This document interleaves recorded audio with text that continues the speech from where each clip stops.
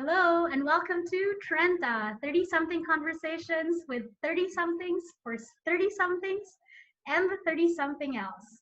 Joining me tonight is a good friend of mine. I thought he'd be the perfect guest for our topic for today, which is getting comfortable with the uncomfortable. Our guest tonight, I've known him for I guess more than 20 years, right? Yeah, I think so. I think more than that. Yeah, more than 20 years. And as far as I can remember, he's always the one who's never ashamed to ask uncomfortable questions. And he admitted that he loves to talk. So, ladies and gentlemen, Mr. Lloyd Besson. Welcome. Hi, Paige. Hello. So I started my first episode last week and I asked my guests to give their ASL. So you don't mind? Would you give your ASL? Hi, my name is Lloyd. I'm 31 years old. Obviously, I'm male, and I live in Tokyo. All right. Speaking of Tokyo, okay, I wanted to start, since our topic is, getting comfortable with the uncomfortable. I wanted to start about your journey to Tokyo. What brought you there? And I know you're celebrating your 9th year there by what month this year? About 9? Like soon, right? I think in 2 months, yeah. Yeah, in 2 months. So take us through your journey to Tokyo. I mean, right? Like it was very. I think moving to Tokyo for me wasn't anything special. It was all luck, right? Mm-hmm. So we were 22, 1 year after university, and then you were in law school, Mm-hmm. and I was living in Makati next to work. Sipalang. And yeah, Sipalanka, right? And right across from my street was AIM. Yeah. And then my friend, Martha, who you know as well, Mm-hmm. on Saturday, she was like, "Hi, Lloyd, are you home?" And then I was like, "Yeah, just doing some work." And then she was like, "Would you mind coming along with me to some random orientation from a company? And it's just next door at AIM." And I was like, "Oh, what's the brand?" And she was like, "I don't really know. It's some foreign company, and they say the pay is okay." So we had lunch, and I was saying, "Are you sure you want to go?" And we went, right? And at the entrance of the seminar was a logo of Uniqlo. We know Uniqlo, like it's in Hong Kong, it's in Singapore. But at that time, it hadn't opened in Manila, right? Not yet. So she wasn't sure what the brand was. It was opening a year after that, and there was some interviews, and I just went through it because they were gonna pay for a free flight to Tokyo. The idea was if you're gonna pass through the whole interview process, they're gonna fly you for a week in Tokyo for free flights, free hotel, free food, blah blah, and then after the whole week, you might get a job offer. The idea of like getting a job offer when like 500 Filipinos were applying for it and they had applications across like 10, 15 countries, it didn't make sense, right? Like whatever, like let's just do this for the free trip. But so I got an offer and I was very lucky. One of I think they hired like 50 foreigners in 2011, and then and they all flew us to Tokyo in September. So it was my first autumn at 22, and I was one of 3-4 Filipinos in my batch, but all my neighbors were non-Filipinos.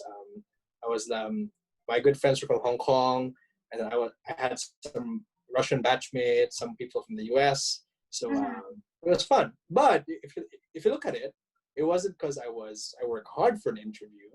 I was lucky because A, I live in Sipalanka next to him. B, I went to school with Martha, who was a friend, and C, I was free that day. So everything was a consequence of different streaks of luck. Yes. So when you got to Tokyo, I remember the first few months or the first few years at least, you shared about your struggles learning the language. Right. What was that like? I mean, you also learned French, right? When you went to JTA. Yeah, but like not in the level you know now. No, but you all start the same way, right? And I think what's different is you lived in Nice. Was it Nice? No, Nantes. Yeah, Nantes. You were in Nantes for, is it 6 months or a year? 4 months. 4 months. I said it 6 months.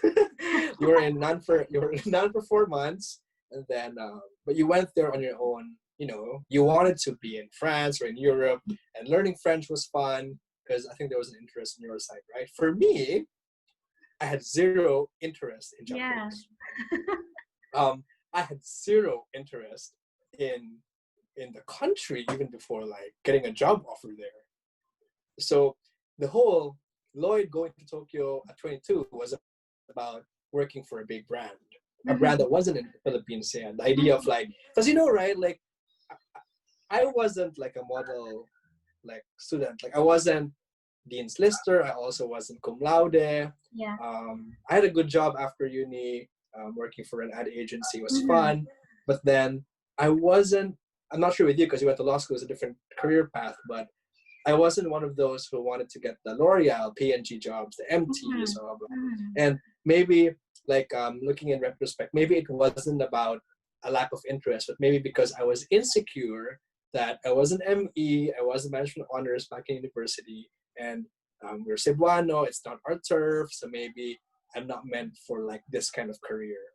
So that was my initial sort of, like looking back 10 years ago, I think that's probably was in denial of my insecurities. So I was telling myself that I didn't want the big job chance for me to get that like type A sort of like nice job in my resume. I'm living overseas at an early age. It's a good salary, hopefully at some point. Blah blah blah. So I was looking at Japan only as a career discussion. Like I was here for a career. I wasn't here for Japan. I wasn't here to learn the language. I wasn't here to get something from it, you know. So that was probably my mistake. But it was a very, very hard mistake because I had a hard time learning. So I hit the wall. I wasn't enjoying learning Japanese. I never met local friends. I stick to my friends. We only spoke English. Yeah. We would skip classes. I cannot do my Japanese homeworks. That's what I did in France too. We skipped classes, the language classes. But look at you now, diba? Like you're so fluent in Japanese. No, so it's also funny, right? Because it's really funny because people would ask me that. To all your listeners, whoever they are, if they've been to Japan, they know that people barely speak English, right? You've been to Japan. I mean, we were hanging out like 2 months ago. Yeah. But many foreigners who've lived here for more than like 5-10 years, if they're an expat and they work for the big tech firms, the Googles and the all the Netflixes of the world, they don't speak any Japanese, and they live here for like 5-10 years. They live in Japan. They work with Japanese colleagues, but for some reason they never learn Japanese. So when people ask me, "How did you learn Japanese?" Again, similar to me getting a job, I think it was just necessity because I was working for a Japanese company. Yeah. So I had really zero intent to be fluent in Japanese. I had no interest in it. Like, but looking at it out of necessity, which worked out for you in the end. I know, but then I think it's something that what's this this talk again? Like being comfortable with the uncomfortable, right? Yeah. So I think that's something that I would tell my younger self. It's like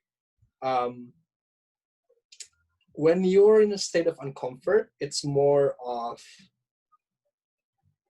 you're uncomfortable because you're not sure what the end outcome would be, right? but I guess an educated understanding of what outcomes are out there for you, uncomfortable things don't necessarily have to be. I think you're only uncomfortable when you don't know what output you're getting out of it. Yeah. So I was very uncomfortable learning Japanese because I felt it was useless. It was like, I'm only learning Japanese because I can't order food. Or I'm only learning Japanese because nobody understands me, I can't make friends. But then looking at me now, I'm learning Japanese because I have 1 in 100 chance of being that one foreigner who can speak the language. So it's like, I think the mindset was something that took time for me to get. And I think it's also kind of related to, remember we shared our thoughts on Tim Ferriss's vlog on being a specialized generalist. Like you really have to try to find your Yeah. But then it's so hard to know what you want, right? That's true. Like But for then, you, I guess you're very lucky because you knew early on you want to be a lawyer. yeah, but now I'm unsure what type of lawyer I want to be, right? Right. But then the general path, right? So I think it's the same conversation, right? Uh-huh. So be a generalist enough to be flexible and adjust to what the needs require you to be, but then be specialized enough to have a unique space where you feel confident and you feel that it's something that nobody else can do better than you, right? That's true. Yeah, and that's super hard to get to. Mm-hmm. It requires a certain level of self-awareness and dedication to what you want to improve on or what you want to learn further. And I think to this topic today on your podcast, it's the tolerance to be uncomfortable. That's true. Is it the right word? Do you say tolerance? Is it right? Yeah. I guess. Maybe acceptance as well. Right. No, but then accepting comes after you've tolerated. Mm-hmm. Mm-hmm. Yeah. So it's a struggle, right? Like growth only comes when you're uncomfortable. When you're uncomfortable is when a unique when something unique, when your output becomes truly yours and is uniquely yours, is when you've grown enough to a level and you've worked hard to a level that people don't usually get to. Mm-hmm. Yeah. I want to go back to the one you mentioned about landing that 1 in a 500 chance of a job in Japan. Right. Knowing at the back of your mind that you weren't really a top student, you weren't, Right. etc., etc. Did that did getting into that program push you even more to prove yourself when you got to Japan?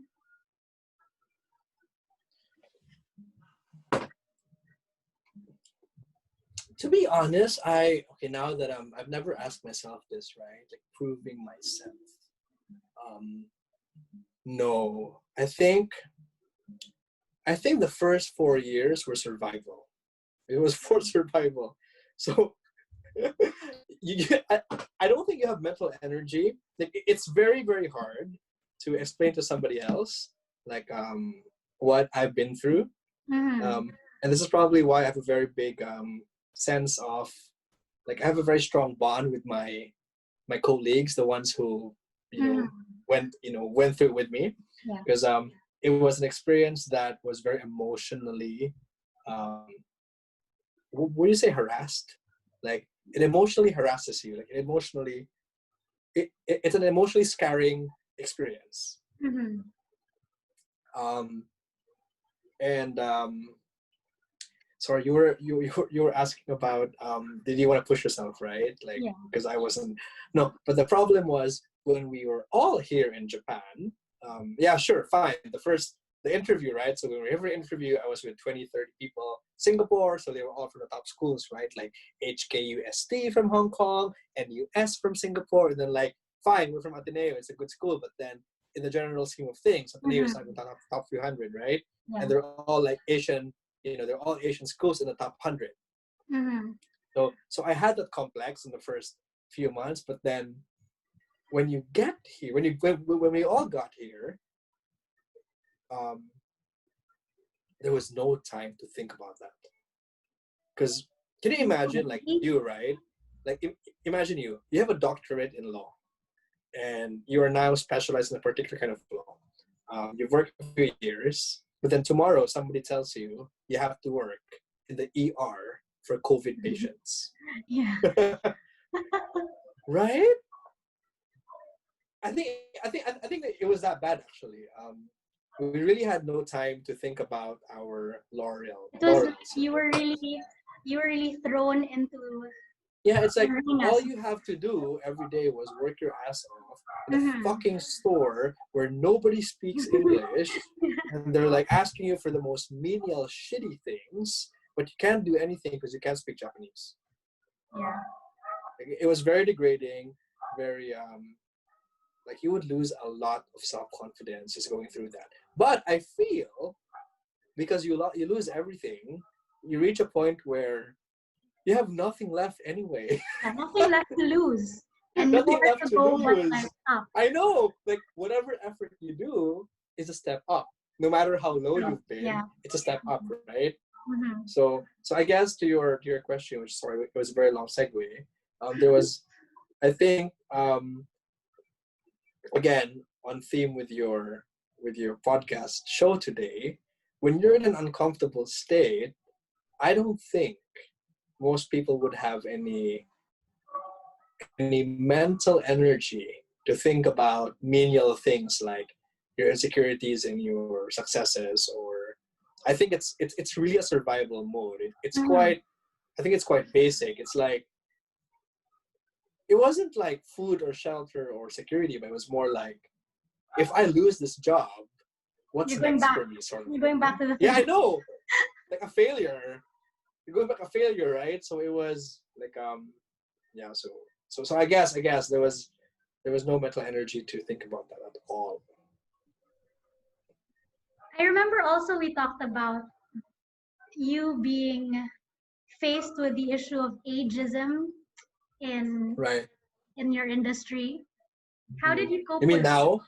Now or before? Before, especially when what you mentioned right before na you would fake your age, or you wouldn't mention your age because you didn't want to be looked down upon in a way. Oh, it's the same now, no? Until now? I don't know back home in the Philippines if it's still relevant for you, if people look at you based on age, or maybe because you have a law degree so people respect you, and that's a different thing altogether. But for me, it's still the same for you. Yeah, I feel that too. Do they ask you how old you are?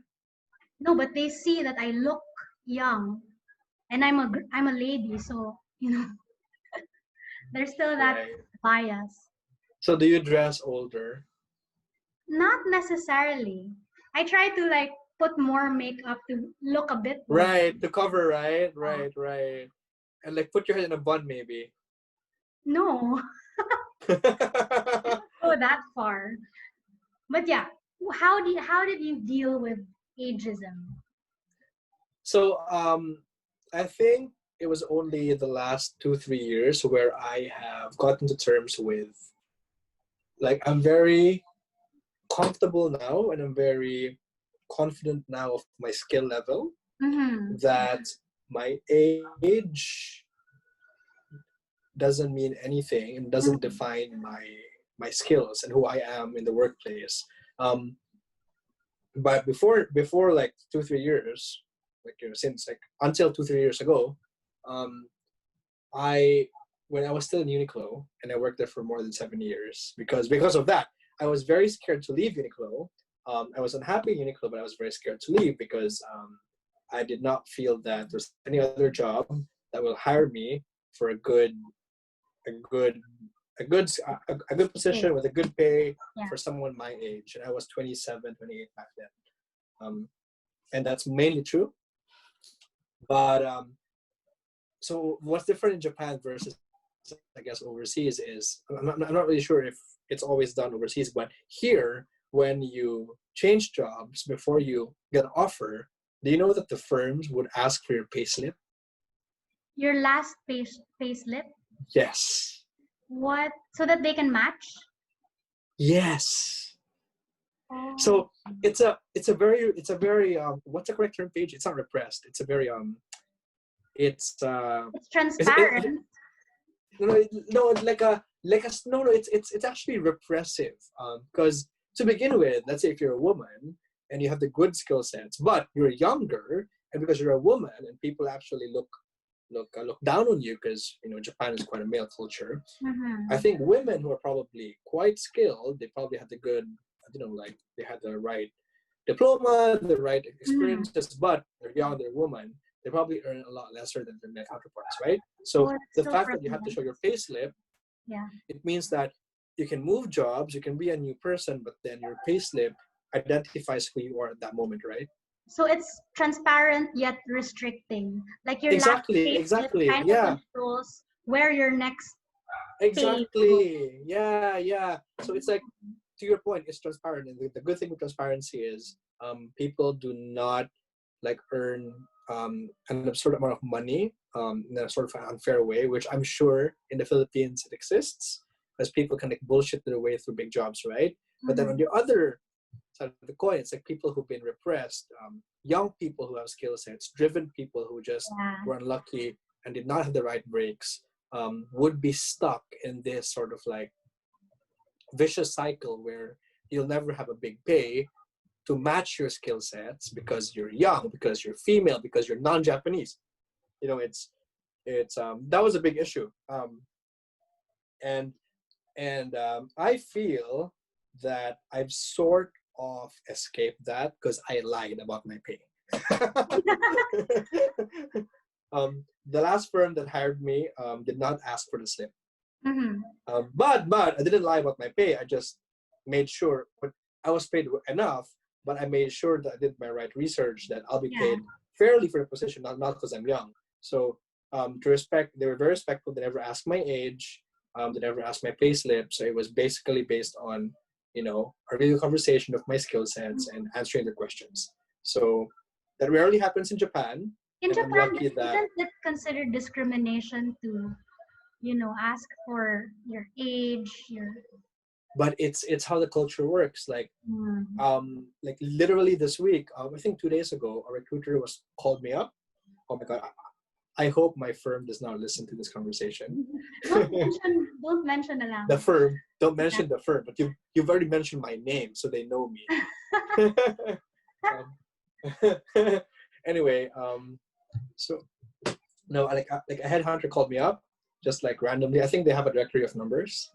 So for some reason, they have my number, and she called me up. She asked me if I'm looking for a job. I said no, because I love my job now. No to my firm. I love my job now. So I'm not looking for a job. Shout out but she was asking me, fine, but you never know, in 6 months and 1 year you might want to change jobs. And then they asked for my experience, and then if you actually look at my experience without seeing my face, you would probably think I'm older than who I am. And I think I've worked really hard to get where I am with my job. And she asked for my age in the end. She had, so when's your birthday? Then I said my November 28, 88. And she said, oh, I thought you were in your 40s, was the first thing she said after I told my age. So I think it's how the industry is, or no, not the industry even. I think it's how the market is, and I think it's fine, but it's only fine if you have the cards to play. So if you were lucky with the right job, if you're lucky with being paid fairly, but if you're young but then you're underpaid and you're underexperienced and you're harassed at work and you're in Japan, I think it's a really, really bad life. And I think most foreigners experience that. Yeah, I think it's really hard for most people. But would you say overall, how would you rate your overall experience, work experience at least in Japan? 10. 10 out of 10. Yeah, like I'm so happy I can say that now. I mean, we've had so many conversations, Paige. Yes, like, true. Do you remember that one conversation we've had that I was suicidal? Yeah. Like literally, like I wanted to jump off my bed. Yeah. It was that bad. Mm. That's what I But mean. That's why I'm so happy to hear you say that now, because I really saw you through the ups and downs of your whole almost 10 years stay there. right. Shame on you, Vash. But no, it's not that, right? Like it's not a 10 because I am happy. It's a 10 because I know that me right now is a result of Mm, patience, and yeah, I think hard work. more than hard work, it's patience, right? Like hard work and patience. Yeah. And like if you look at it, if you look at things like in a very linear manner, maybe my career would have been better in an environment that had no language barriers, right? Maybe. Let's say Singapore or Hong Kong. Our other friends, right? They've moved on with very good careers in cities that are a lot more, multicultural, and I guess people are more diverse, and then language is never an issue, cultural background is never an issue, and Filipinos are very resilient, right? So lots of our Filipino friends are very, successful career-wise in Mm-hmm. regional positions. But then I would look at myself, maybe, um, like just on the basis of a career, it would have been better view of how I see myself and my self-awareness, and like me knowing my dark spots, and me knowing, like how I am in my dark place. I think living in Tokyo was like the best way for me to, I guess, mature that way. Mm-hmm. So no regrets. And thank you to Martha for dragging me along to AAM on True. So I want to end with this last part. I want to talk about your passions, what you've been up to aside from wait, work there. what do you mean end? Is it like 30 minutes already? Yeah, it's almost 30 minminutes. It's so Oh short, right? man, it's so short. I know. But I thought it anyway, was an we intro. can speak more later. I think we were still in the intro. I don't know. I should cut my spiel too. I think it also. No, I think it's not enough. But I think podcasts should not be more than 30 minutes. So Yeah, I'm just trying this out, but whatever. So I read Mangood. I know, was it read or I listened to a YouTube video. Some Buddhist monks. mm, They say that suffering is because you're not being comfortable with the uncomfortable. And how to be comfortable with the uncomfortable is finding ways to be comfortable. So like let's say when you're stuck in wait, can you traffic. say it again? Suffering is on when you are not comfortable with the uncomfortable. Yeah, when you resist what's happening, like Suffering is when you resist. Okay. when Can you you can you resist say the what's quote again? happening to you. It's not the exact quote, but that's how I remember it. Like it's what when you resist whatever's happening to you. Sure. So my example was, and when I was reflecting about it, my example was that let's say you're stuck in traffic and then you hate the traffic because like it sucks, it's really bad. But how you're able to be comfortable with that uncomfortable situation is, let's say, you listen to good music or busy yourself with some other things that'll help you pass the time in traffic. Mm. So would you say that pursuing your many passions, like your cooking, your cooking stuff, your food stuff, your Instagram page, Tiny Tokyo Kitchen, would you say that creating that space allowed you to be more comfortable with your situation? Right. Or was it rather a I'm not result really of sure not which being, one. or was it rather a result of being comfortable, that you've reached a level of comfort in your life in Japan that you had time to pursue those You know things? what, Paige? I think it's the former. I think you're right. So when you're very uncomfortable, right? So back to what you were saying at the start, right? It's like some people, like I think the whole Tim Ferriss thing about unknown and uncomfortable and building your own unique space. I think some people are very okay with, I mean, not being mean, right? Like a mediocre life where I mean, it does sound mean, like not mediocre, but some people avoid uncomfortable situations, like they avoid learning, and you only learn when you're uncomfortable, and you only learn when you do something you've never done, right? That's so true. So, but to your point, when you're uncomfortable, I think you're right, because when the monk was right, because when you're sorry, you're saying passion, right? The the mental state when you're uncomfortable is very insecure. It's like you are not fucking sure who you are. Like, who am I? A, as a being. B, as a Filipino living overseas. C, as a single gay man. As a Filipino as well, as a minority. As a non-Japanese. As a professional trying to build my own space. Like, there's so many levels of discomfort. Uncomfortable in so many levels. Yeah. And I think that level of comfort actually gives you more space to be aware of things you want to do.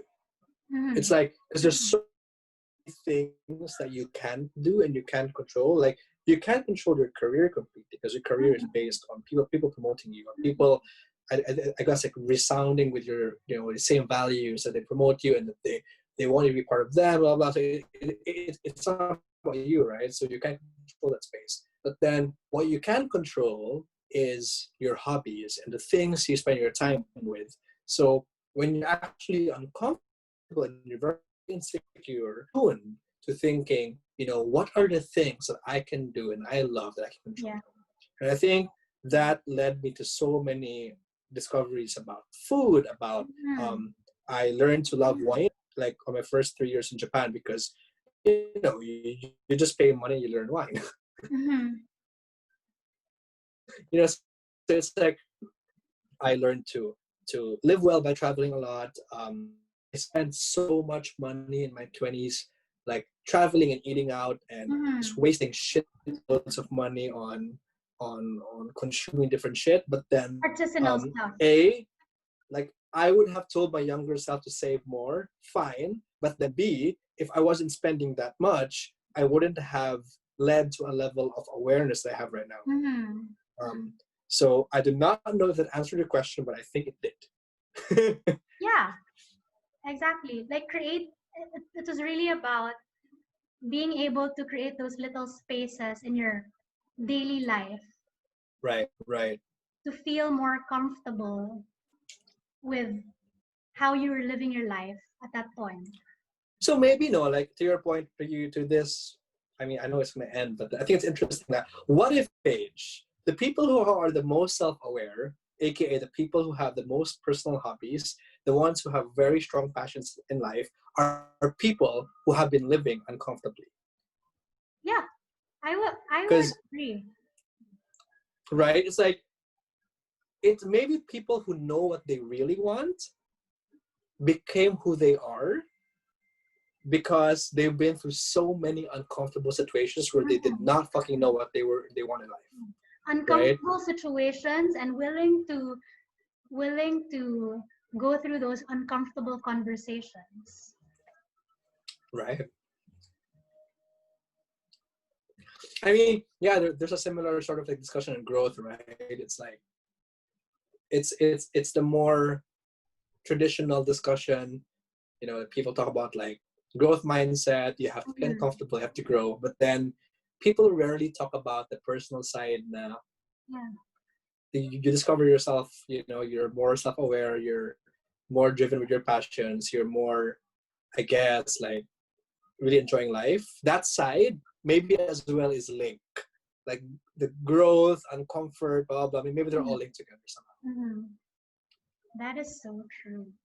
Like, look at you making your blog, and your podcast. Just all making yourself uncomfortable. Yeah. So speaking of growth mindset, I wanted Wait, to... are we done? Like, how many minutes now? Yeah, we're 35 minutes, but okay lang, no problem. I just wanted to use the remainder of the time to kind of give a glimpse of our passion project because you talked about growth Oh, mindset. So, would you care to share some words about our passion project that's upcoming, and hopefully by December, what was that? December 27, 2020, we'll be able to launch. I think it was 27. Yeah, for some random reason, I think it was 27. You said that. Um, no, there's no need to talk about that. It's gonna jinx it, no? No, I just want to document that at this point it's in the works. Like we actually were able Sure, sure. to to And I think you know what? Okay, so interestingly enough, that you said about being uncomfortable is I felt that way about. I've reached a certain level of more parang sort of like professional discomfort. It's like it's like fine. We're in our 30s. We're both 31. We're turning 32 in 6 months or something like that, right? Oh my God, we're turning 2 in 6 months, man. mm-hmm. It's crazy. We're 32, but then like we are just like working. It's like we're just hamsters on a wheel. We're turning the gears of time, turning the gears of society, and just like making bureaucrats earn the money, and then we're part of the whole cycle. It's like you're one of them, the whole rat race thing. And then I'm very uncomfortable with that because I feel like as a Filipino living overseas, as educated, like young millennials who, I mean, we are products of a public high school education that has, and we both went to the same private, snooty, Yeah, we went primary to the schools school from playgroup to college. to high school. I know, yeah. We went through all, the same schools. And then I think, I mean, not that I'm fully supportive of the government, but then I think the public institution that has molded us, to be who we are. And it is a bit, I think it is a bit like embarrassing to say, personally for me in Namurag, I never really did anything to give back. And it's guilt, but guilt should never drive you in what you do. Guilt is not the right motivation to do something because it's quite passive. But then guilt opened me up to the idea na, you were saying about earlier, right, Namurag, your own insecurities, not being a top student, blah blah. But now it's on the other way. It's on the other way around. Like I'm insecure about my securities because I'm very comfortable. I'm living a very good life, but I'm very insecure because I'm not giving back.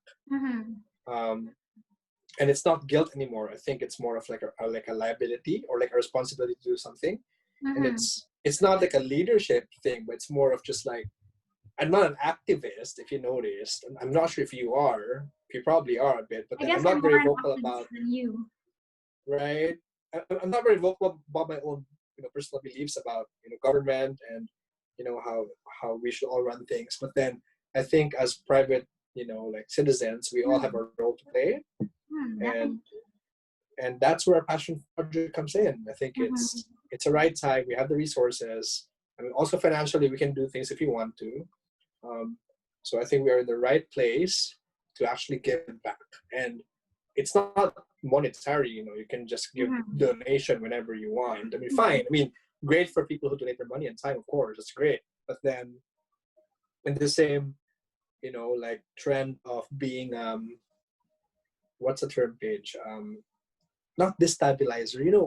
What do you call the like Ubers? Non-conformist.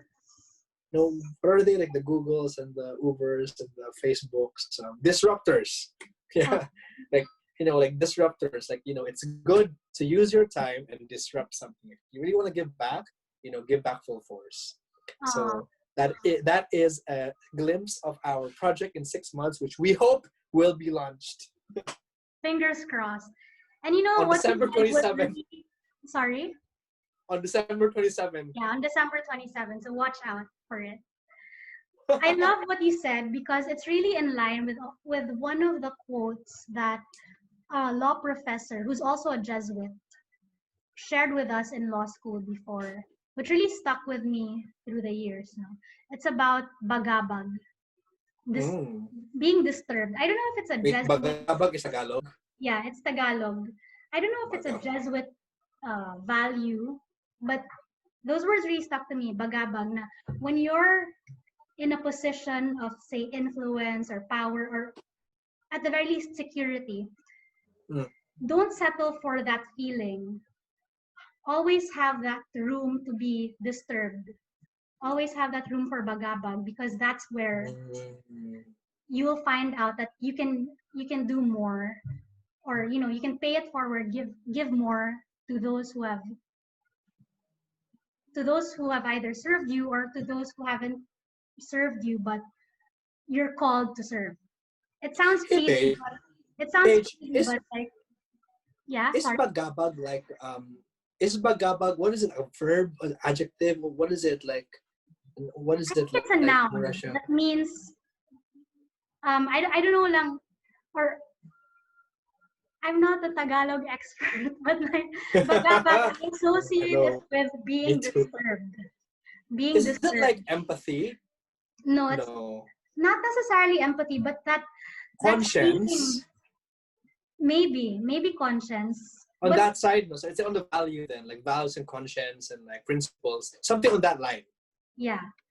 But I've always associated it with being disturbed. So you can't just settle for you being comfortable where you are. Sure. It's always that internal check in you to, I don't know, to do more. With the Jesuit value of magis, stuff like that. Right, yeah. So with that, we shall end our second episode. Thank you so much for guesting. Super short. Yeah, we'll continue this conversation after I stop recording. But thank you so much. Bye. My pleasure.